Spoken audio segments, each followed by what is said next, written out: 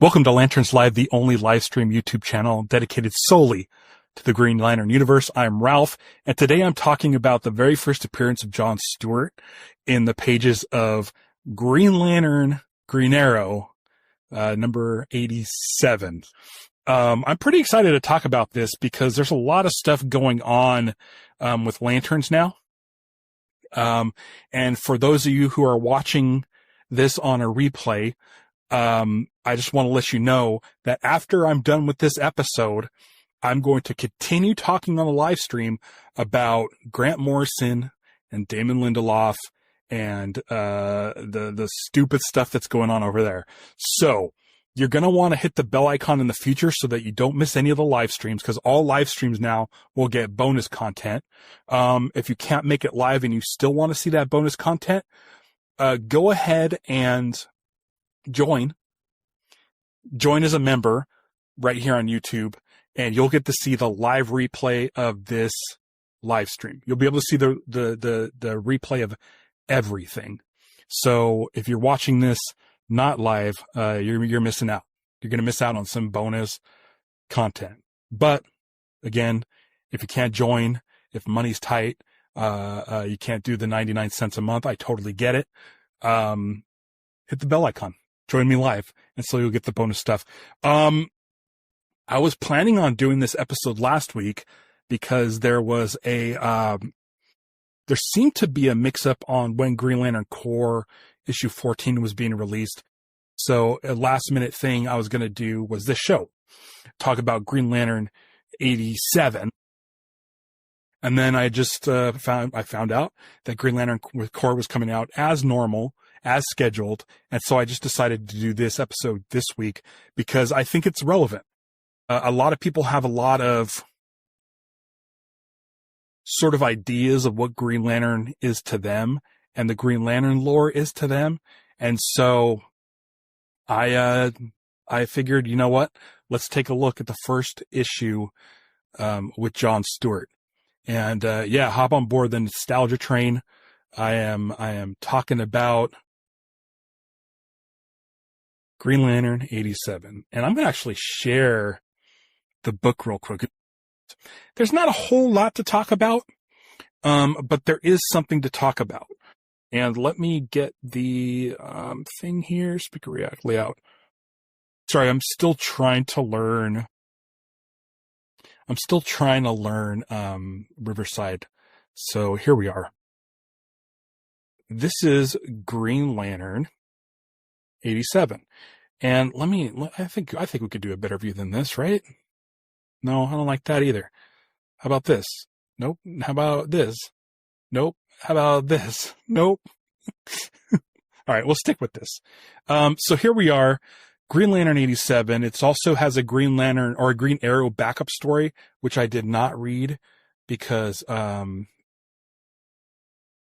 just didn't want to. I was more interested in John Stewart. So I don't know how many people have read this book. But I picked it up last week, not reading it after, it's been years since I've read this. And I found something in here that I thought was really interesting, almost ripped from today's headlines if you have certain beliefs for certain things. I don't know if it's something that I believe in, but it is pretty interesting. This cover here, they whipped Green Lantern, now let them try me. I don't really think that's something that happens in the book. It's kind of a clickbaity cover. But I love this cover. And I feel like, what if the show gives us what this cover promised? I'm going to try to go through really quick, but I mean, let's just look at this Neil Adams artwork. It's pretty amazing. So the fun thing about this issue, well, not fun, but interesting thing about this issue is this is the issue where Guy Gardner is going to save a girl from a collapsed bridge. And just as he's about to save her, Hal Jordan shows up and Guy Gardner gets hit by a bus.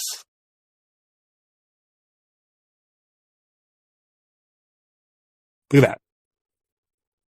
Guy Gardner getting hit by a bus. Yeah. So big deal. Now, if I'm Nathan Fillion and I'm going around telling people that this is the most F words that I've said in my entire career in one show when he's talking about lanterns, is it because Guy Gardner's going to get hit by a bus? Do you guys think that Guy's going to get hit by a bus in lanterns? Kind of want to see it. Because we know it doesn't kill him. We know it's not something that injures him forever. I don't want to see Guy Gardner get killed in the DCU. But seeing him hit by a bus might be really funny. I know it's horrific. But the whole reason that I bring up Guy getting hit by the bus is Guy Gardner's a backup. Basically a backup to Hal Jordan. And the bus puts him out of commission. And because of that, the Guardians choose John Stewart to be basically Hal's substitute. Right? So here's the thing. This is where we started getting into some interesting stuff. Is the Guardians are the ones that choose John. They're the ones that choose John. So this is a case where a Green Lantern didn't die, and John Stewart is taking over as a temporary Green Lantern, as a substitute teacher, and without a Green Lantern dying. So the whole thing where people say like a Green Lantern has to die before you become a Green Lantern, that's not necessarily true. In this case, it's more recent lore.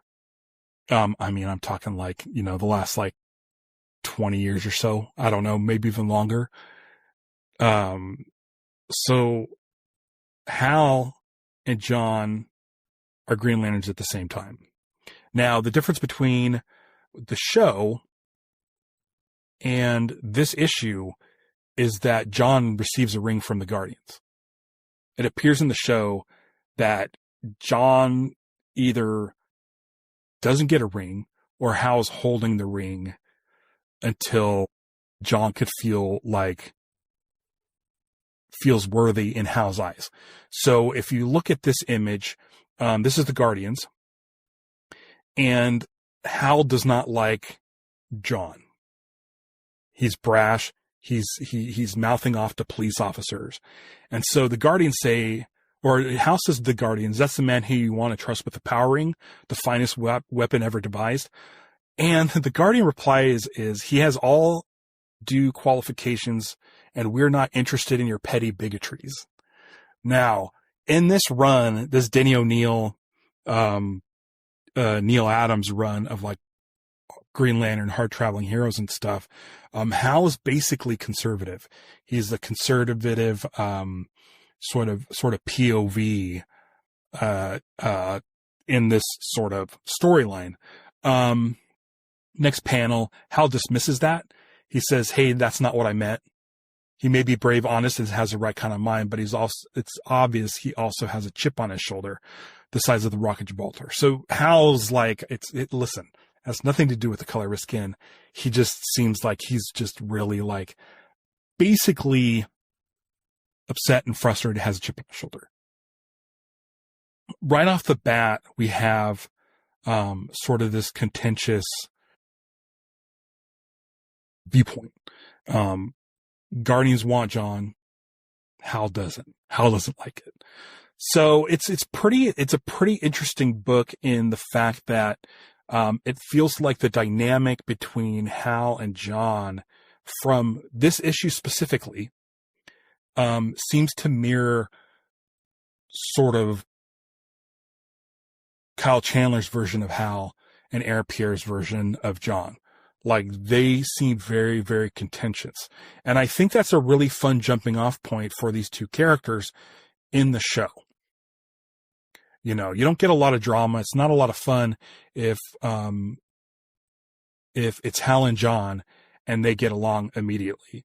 So the way this has been set up, in the book, I feel is like what they're doing in the series. So anyone who has any issues with the way Hal and John act, we all know they get to a point where there's this mutual respect. They work well together. They've been in tons of galactic, high stakes battles. But this is the beginning. This is where they first meet. And I honestly believe the stuff we saw in the trailer where they're super contentious, I believe that it's probably just the first couple episodes of this. James Hawes, the director of the first 2 episodes, said that we will be getting a very grounded introduction of these two to get to know them, to get the sense of who these people are before everything goes galactic. So much like that idea that James Hawes brought up for the series, it sounds like they're doing that for this book. It's totally Earth-based, and it's not anything like space-related. Sure, we see Guardians. Porna mentioned Guardians in the script. So I'm assuming Guardians are there. I'm assuming we're going to get a very, very similar setup. I think if Guy gets hit by a bus, I don't know why he would get hit by a bus and then John Stewart would have a scene with him. That's interesting to figure out, because we do know that Nathan Fillion did work with Aaron Pierre, and maybe he did get hit by a bus. Maybe Guy is just supposed to hand his ring off to him just temporarily. It's like, here's my ring. And Guy being Guy would be stubborn and it would be like, you're not getting my ring. So that could be what it is. I could see Guy getting hit by the bus, the Guardians choosing John, much like in this story, and Guy refusing to give it up. I could see how that goes. And anybody who gets mad about, well, that's not how Green Lanterns work,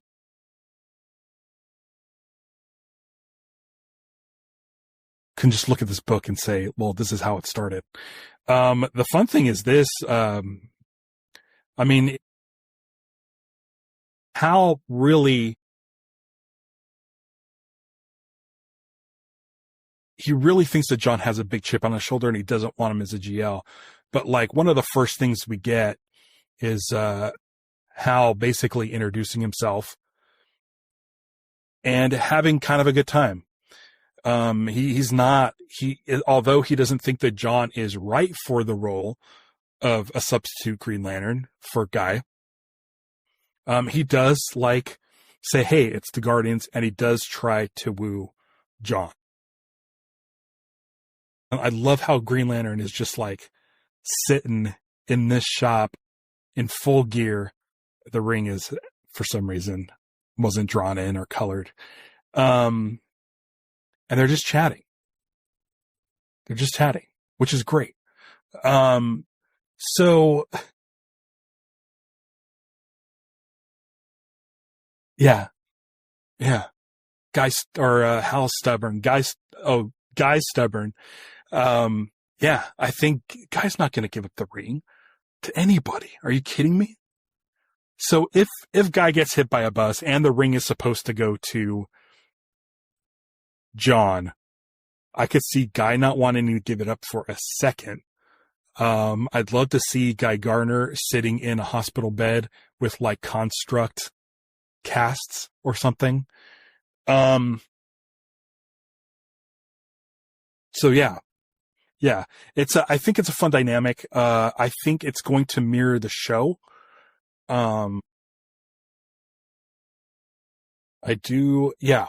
So if you guys have read the book, which I highly recommend, look closely at the relationship between, John and Hal, because I really feel like when it comes to like Tom King, writing the series, and Chris Mundy and Damon Lindelof and stuff like that, I can see that they pulled this relationship from the pages as their jumping off point for Lanterns. I also like this when John agrees to do this, he mentions Black Lantern right down here. So you better call me the Black Lantern, which I thought was kind of funny. Clearly it doesn't really mean anything, but you know, what are you gonna do? Maybe Jeff Johns read this and said, what if there was Black Lanterns?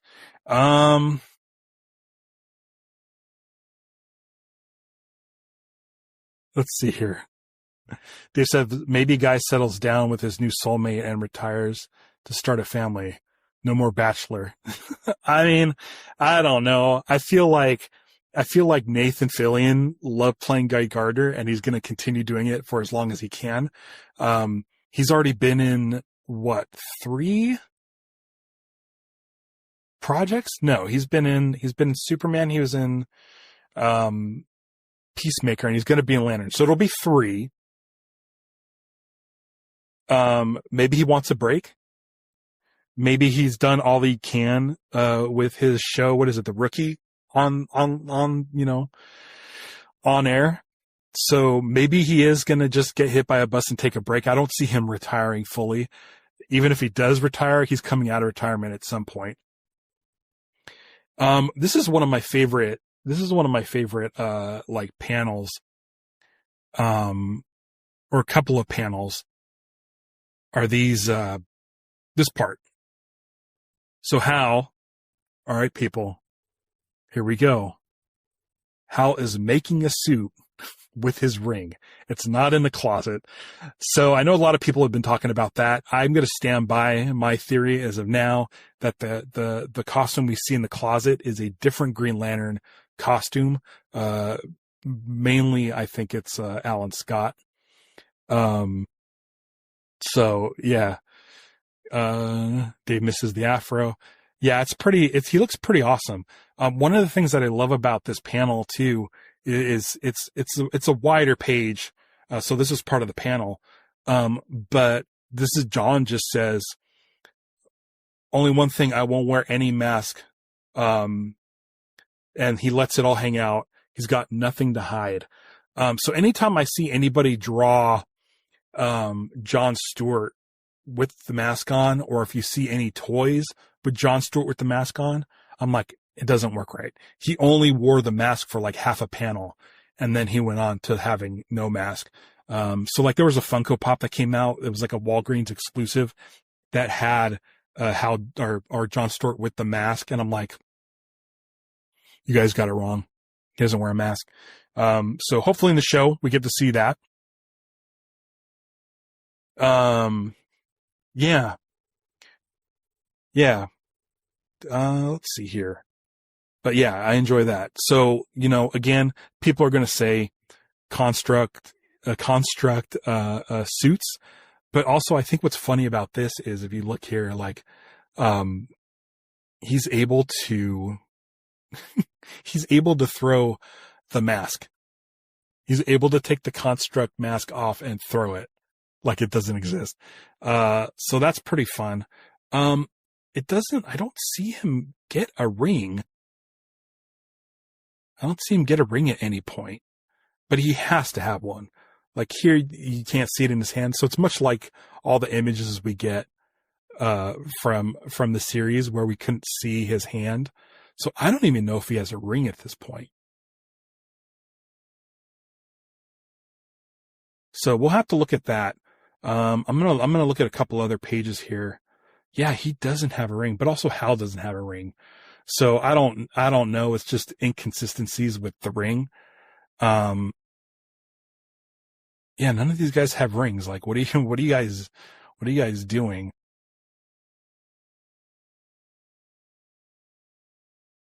Okay. So here he does. So yeah, I'm,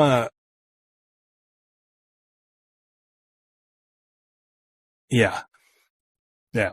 So anybody that has any complaints about the show, like, listen, guys, you're not, it's certain things happen. Sometimes they make the suits, sometimes they wear the suits. There's inconsistencies throughout the entire Green Lantern lore. The people creating the show can take and pick and choose from any Green Lantern story to make their own, just like any comic creator is able to make their own story about Green Lantern. You have, you know, Denny O'Neil, writing stories about Earth-based stuff, terrestrial-based stuff, like James Gunn said in his announcement for the DCU. You have people like Jeremy Adams, Jeff Johns, who do galactic stuff. Even Jeff Johns, on his epic run, even Jeff Johns, when he started working on the book, right after Rebirth, he started getting into No Fear, and that started with a few Earth-based tales. If you look at Jeremy Adams' run, his started with Hal on Earth doing a couple Earth-based tales. The beginning of Kyle Rayner started with Ron Mars telling stories of Kyle Rayner in Los Angeles. And so it's one of those things where people are going crazy because they only see Earth-based stuff in the show. And so like, calm down. We've seen 2 minutes now. It's like 2.5 minutes of footage. It all takes place on Earth, but we don't know how deep in the show that is. So, yeah. Yeah, while you're here, hit that like button, folks. So there's not really much to say about the intro to John Stewart, because he basically is like, Hal gets hit, or guy gets hit by a bus. John takes over.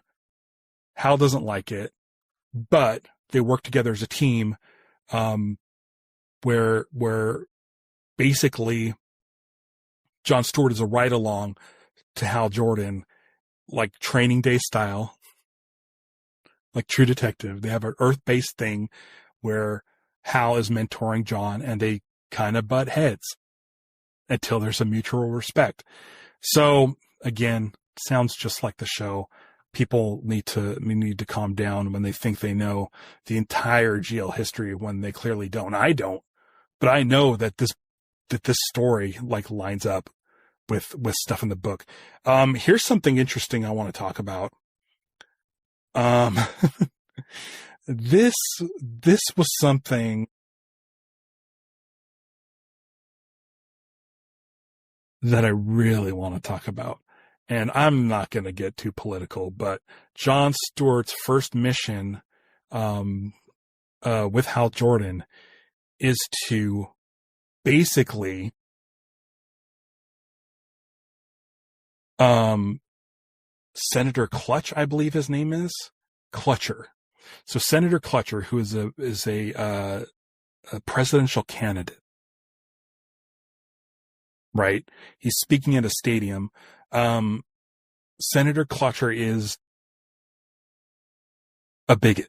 He's a racist, and he's everybody knows he's a racist. And so the Green Lanterns are there, to sort of oversee,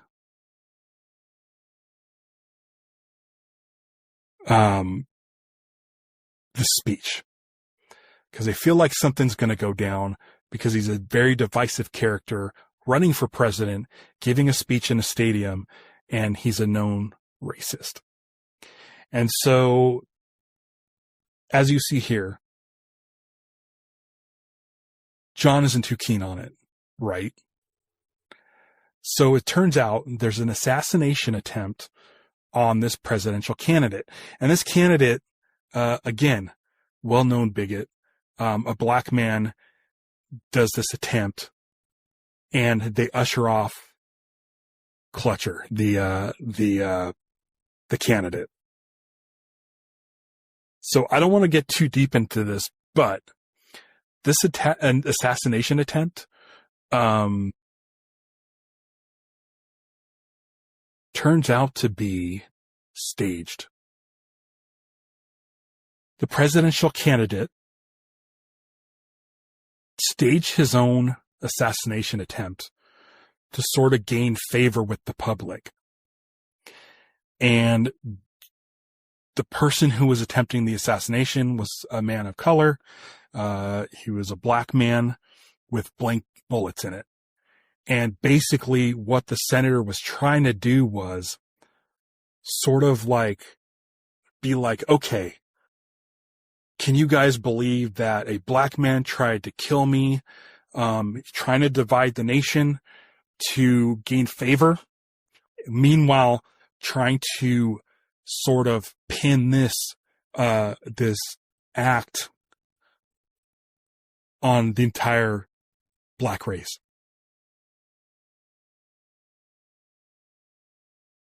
John does nothing to stop it. And Hal is a little bit like, I don't know why you didn't stop that from happening. They go back behind the scenes to check in on the senator. And as the senator is leaving, a white man with a machine gun starts firing at the senator. Right? So now it's like a real assassination attempt. And John stops that one. And Hal's like, why didn't you stop the first one? Why did you stop this one? And John grabs the gun from the black man and shows that it's full of blanks. That the assassination attempt was staged. And let me show you this panel here.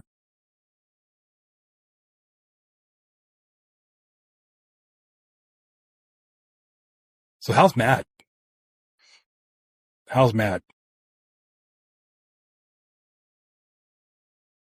My name is the Green Lantern. The second, remember? No, it's not. You're a disgrace. Your uniform, your ring, and yourself. I warned you. So basically, Hal's mad at John for not stopping the first attempted murder. He did stop the second attempted murder by, like, doing that guy, like, bending the gun.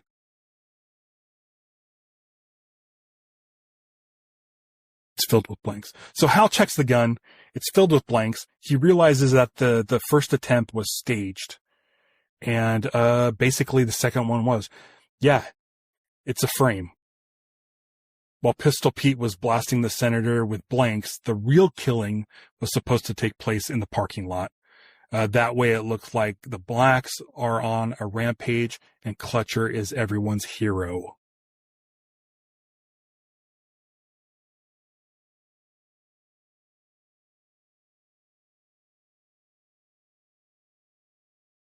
I'm not going to say it. Liz is saying it. It's kind of funny because, listen, I don't know what to believe. The news is crazy. There's a lot of information out there, but the fact that that you're seeing in the news, like a presidential candidate in 2024 had an attempted assassination during a rally with a lot of people, and shot his numbers up. So I'm not saying like that stuff is true. I'm not saying anything like that at all, but I am saying it is really interesting that this book that was written, over like 40 years ago, that I think it's funny. If you read Hard Traveling Heroes, which I highly recommend, and I think I'm going to start doing more issues of that. If you read those books, Danny O'Neill really had his pulse on, the nation, on what people were feeling. And you read a lot of those books now and they're still relevant. And you read a book like this, which is relevant because John Stewart is now going to be appearing in live action for the first time. And you go back and you read his original thing. You're like, oh man, this stuff is still kind of relevant. I could see Tom King and Lindelof and Chris Mundy going back and looking at the origins of John Stewart and reading Hard Traveling Heroes because this world's kind of a messed up place right now. I could see them reading it and taking stuff and sort of injecting that into the show. because it's basically going to be relevant all the time.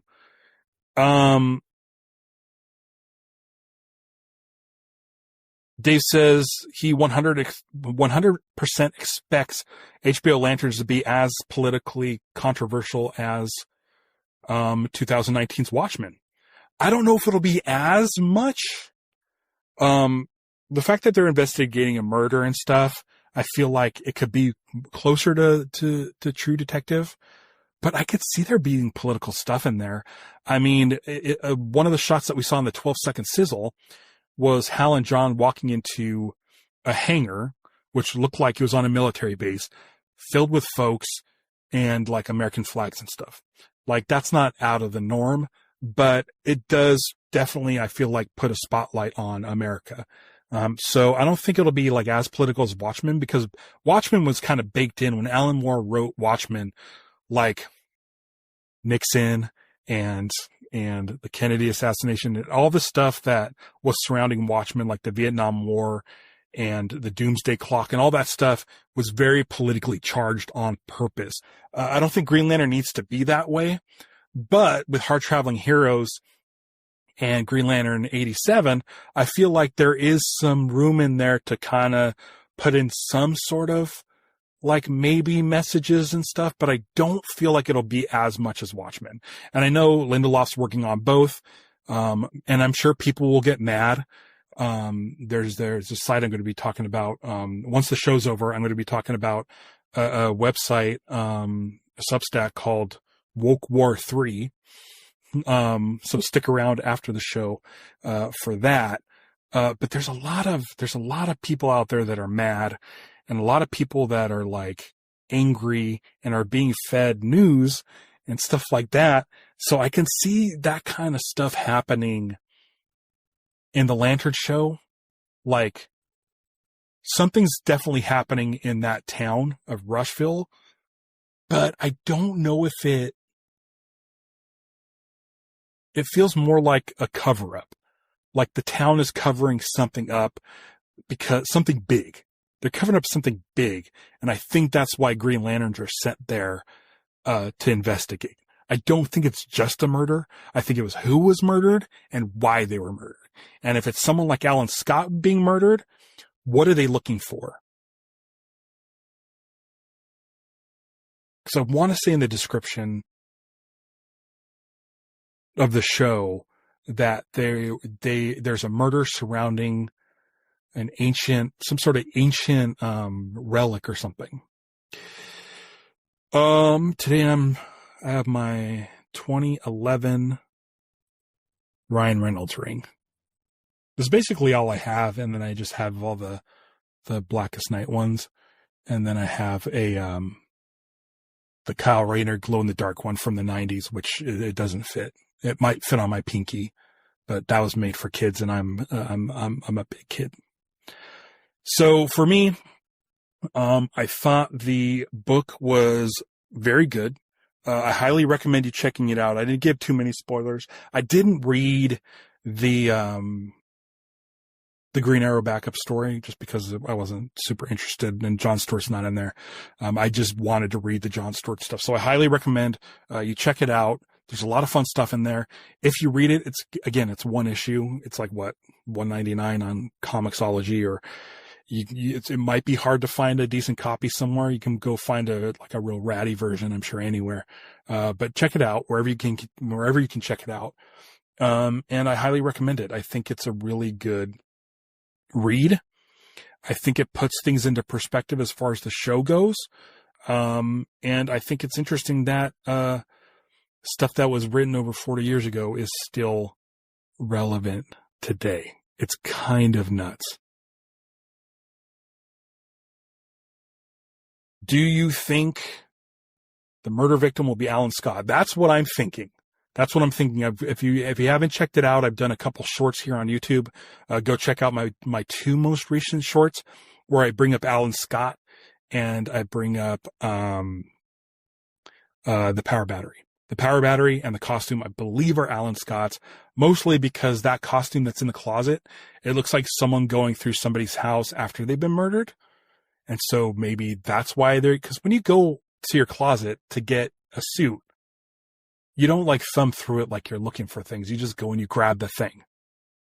If you're investigating a murder and you're at a house and you want to look through their stuff, you look through all three suits. So I don't believe whoever suit that is not the person going through. I think it's Alan Scott. So I highly recommend you check that out. Also, I've been selling some of these Lanterns Live hats. If you haven't checked it out, check my fourth wall. I sold 2 this week. So I'm very, very happy that these hats are getting out there. You'll find in the link below that you can get this. Yeah. So Hunter Iggy, wants to know, what are your thoughts on Grant Morrison blasting Lindelof and Lanterns? That's a great segue. So I'm going to talk about that in about a minute, but it's not going to be on the upload version of this episode. It'll be only available for those of you who have come to the live stream, and those of you will get the replay of that if you join. So here's where we get into the bonus stuff. So if you guys want to see more from this episode, be sure to hit the bell notification so you can watch these shows live, or join for 99 cents as an Honor Guard member. And, we'll get some more content. We'll get some more content for you. So Hunter, stick around. I'm about to talk about that. For the rest of you, I just want to say thanks for joining me. Thanks for subscribing. Thanks for joining as a member. And, I have a new emoji coming out. I think it's going to be Chip. I think I'm going to make an emoji, based on, Dave's recommendation. I think it's going to be Chip. So until next time, beware my podcast. It's Lanterns Live.